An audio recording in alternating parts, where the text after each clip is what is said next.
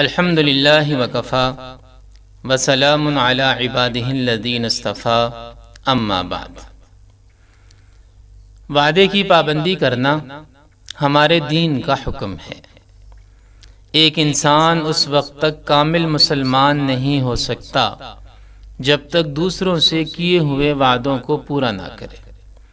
اللہ تعالیٰ نے قرآن مجید میں وعدہ پورا کرنے کی بہت تاکید فرمائی ہے۔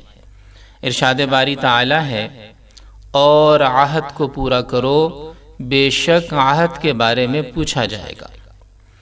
حضرت محمد صلی اللہ تعالی علیہ وعلی آلہ واصحابہ وسلم نے وعدہ پورا کرنے کی تاکید کرتے ہوئے فرمایا، لا دین لمن لا عہد لہ، جو وعدہ پورا نہیں کرتا اس کا کوئی دین نہیں ہے۔ حضور علیہ السلام نے وعدہ خلافی کرنے کو منافق کی نشانی قرار دیا اور فرمایا کہ منافق کی 3 علامتیں ہیں۔ جب بات کرے تو جھوٹ بولے، جب وعدہ کرے تو وعدے کی خلاف ورزی کرے، اور جب اس کے پاس کوئی امانت رکھوائی جائے تو اس میں خیانت کرے۔ حضور علیہ السلام کے اعلان نبوت سے پہلے کا واقعہ ہے کہ آپ کا کسی شخص کے ساتھ معاملہ ہوا اور آپس میں یہ طے ہوا کہ فلاں جگہ پر کل کو آپس میں ملاقات کریں گے۔ دن، جگہ اور وقت سب طے ہو گیا۔ جب وقت مقررہ آیا تو حضرت محمد صلی اللہ تعالی علیہ وسلم اس جگہ پر پہنچ گئے۔ آپ علیہ السلام وہاں جا کر کھڑے ہو گئے، مگر وہ شخص جس سے وعدہ کیا ہوا تھا وہ اس جگہ نہیں آیا۔ انتظار کرتے ہوئے کئی گھنٹے گزر گئے مگر وہ شخص نہیں آیا۔ روایات میں آتا ہے کہ 3 دن تک مسلسل حضور علیہ السلام نے اس شخص کا انتظار کیا۔ صرف ضرورت کے لیے گھر جاتے، پھر واپس اسی جگہ آ جاتے۔ 3 دن بعد جب وہ صاحب آئے تو حضور علیہ السلام نے صرف اتنا فرمایا کہ تم نے وعدے پر نہ آ کر مجھے تکلیف پہنچائی۔ حضور علیہ السلام کبھی کسی کے ساتھ وعدہ خلافی نہیں کرتے تھے، خواہ وہ آپ کا کھلا دشمن ہی کیوں نہ ہو۔ غزوہ بدر کے موقع پر مشرکین مکہ نے حضرت حذیفہ رضی اللہ تعالی عنہ کو گرفتار کر لیا اور پھر اس شرط پر آزاد کیا کہ وہ غزوہ بدر میں ہمارے خلاف شریک نہیں ہوں گے۔ حضرت حذیفہ رضی اللہ تعالی عنہ نے آزاد ہونے کے لیے یہ وعدہ کر لیا۔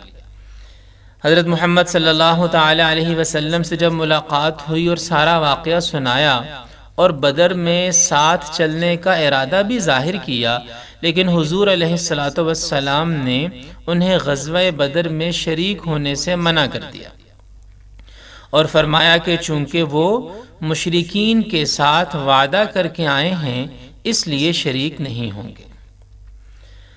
حدیبیہ کے معاہدے میں کافروں نے ایک شرط یہ بھی رکھی تھی کہ اگر مکہ مکرمہ کا کوئی شخص مسلمان ہو کر مدینہ منورہ جائے گا تو مسلمانوں کے لیے ضروری ہوگا کہ وہ اسے واپس مکہ مکرمہ بھیجیں، اور اگر کوئی شخص مدینہ منورہ چھوڑ کر مکہ مکرمہ آئے گا تو قریش کے ذمے یہ نہیں ہوگا کہ وہ اسے واپس مدینہ منورہ بھیجیں۔ یہ شرط بھی مسلمانوں کے لیے بہت تکلیف دہ تھی، اور اس کی وجہ سے وہ یہ چاہتے تھے کہ ان شرائط کو قبول کرنے کے بجائے ان کافروں سے ابھی ایک فیصلہ کن معرکہ ہو جائے۔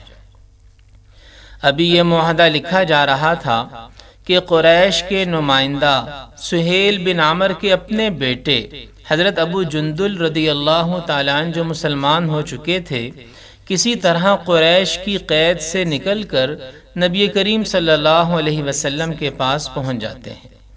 سہیل نے انہیں دیکھ کر کہا، یہ پہلا شخص ہے جسے مسلمان واپس کرنے کے پابند ہوں گے۔ حضور صلی اللہ تعالی علیہ وسلم نے فرمایا کہ ابھی تو معاہدے پر دستخط بھی نہیں ہوئے۔ سہیل نے کہا، اگر اسے واپس نہ کیا گیا تو میں معاہدہ کیے بغیر واپس چلا جاؤں گا۔ نبی کریم صلی اللہ تعالی علیہ وسلم ہر حالت میں یہ معاہدہ کرنا چاہتے تھے، اس لیے آپ نے حضرت ابو جندل رضی اللہ تعالیٰ عنہ سے فرمایا، دیکھو اللہ تعالیٰ تمہارے لیے کوئی اور راستہ نکال دے گا۔ صبر کرو اور اس آزمائش کو باعث اجر و ثواب سمجھو۔ ہم نے قریش سے معاہدہ کر لیا ہے، اب ہم اپنے وعدے کو توڑ نہیں سکتے۔ وعدے کی پابندی کرنے سے انسان کی عزت میں اضافہ ہوتا ہے اور لوگ اس پر اعتماد کرتے ہیں۔ وعدہ پورا کرنے والا تاجر کبھی گھاٹے کا شکار نہیں ہوتا۔ انسان کو وعدہ سوچ سمجھ کر کرنا چاہیے تاکہ بعد میں وعدہ خلافی کی نوبت ہی نہ آئے۔ ہماری ہر ذمہ داری ایک وعدہ ہے۔ جب ہم ملازمت کرتے ہیں تو ہم ایک معاہدہ کرتے ہیں۔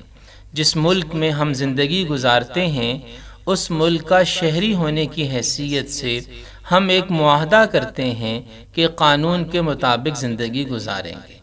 جس طرح انفرادی وعدے کو پورا کرنا ضروری ہے، اسی طرح کسی ادارے، کسی کمپنی، کسی محکمے یا کسی ریاست کے ساتھ کیے گئے وعدے اور معاہدے کو بھی پورا کرنا ضروری ہے۔ اللہ پاک ہمیں دین کو سمجھ کر اس پر عمل کرنے کی توفیق عطا فرمائے۔ وآخر دعوانا ان الحمد للہ رب العالمین۔